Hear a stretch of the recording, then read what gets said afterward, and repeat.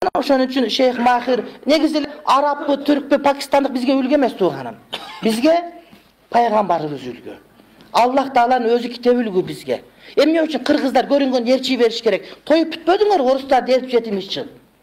Жок дегенде азыр эркин болойлучу.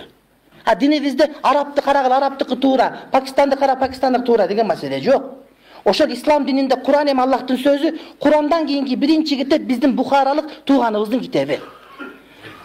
İslam bünyesindeki Kur'an'dan keyinki en algaçık 15 kitap var. 15 kitapın 14'ü Orta Aziyalıkta yazgan kitap. Araplar gerekirse bizde elçisin. Şeyh Mahir baş üstünde, haramdın imamı. Bırak şer'i mesele gelgende Şeyh Mahir de biz duksa ağaçkıça bolbet tuğanım. Oşun için Araplar mint tuğana, Mekkelipler mint tuğa, başkalar mint tuğa degen dukbaş gerek. Din ma kâle Allah ve kâle Rasul. Din degen Allah emmen aytты, Peygamber emmen aytты, şol gana bolot. Эгерде мен ушуну араб дүйнөгө барбасам айтпайт элем, мен ошол жерде 10 жыл окугам. Арабтардын өздөрүнө саак бергем, дагы бир мактана турган болсом, кыргыздарга жараша берип мактанган. Менин жазган эмгегим араб тилинде Меккеде Умул Кура университетинде 4-курста окутулат тууганым. Абдуали деген жигитти билесиңер, мына ушул жер иштеп кеткен Заирден мурда өзбек ажы менен ошондон сурасаңар айтып берет.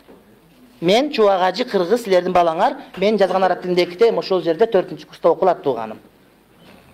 Demek bu meselenin oңайлы чечиш керек болот. Анан бир адам келсе ага кыжырат болуштун кереги жок. Динге туура келеби жокпу деген гана маселе.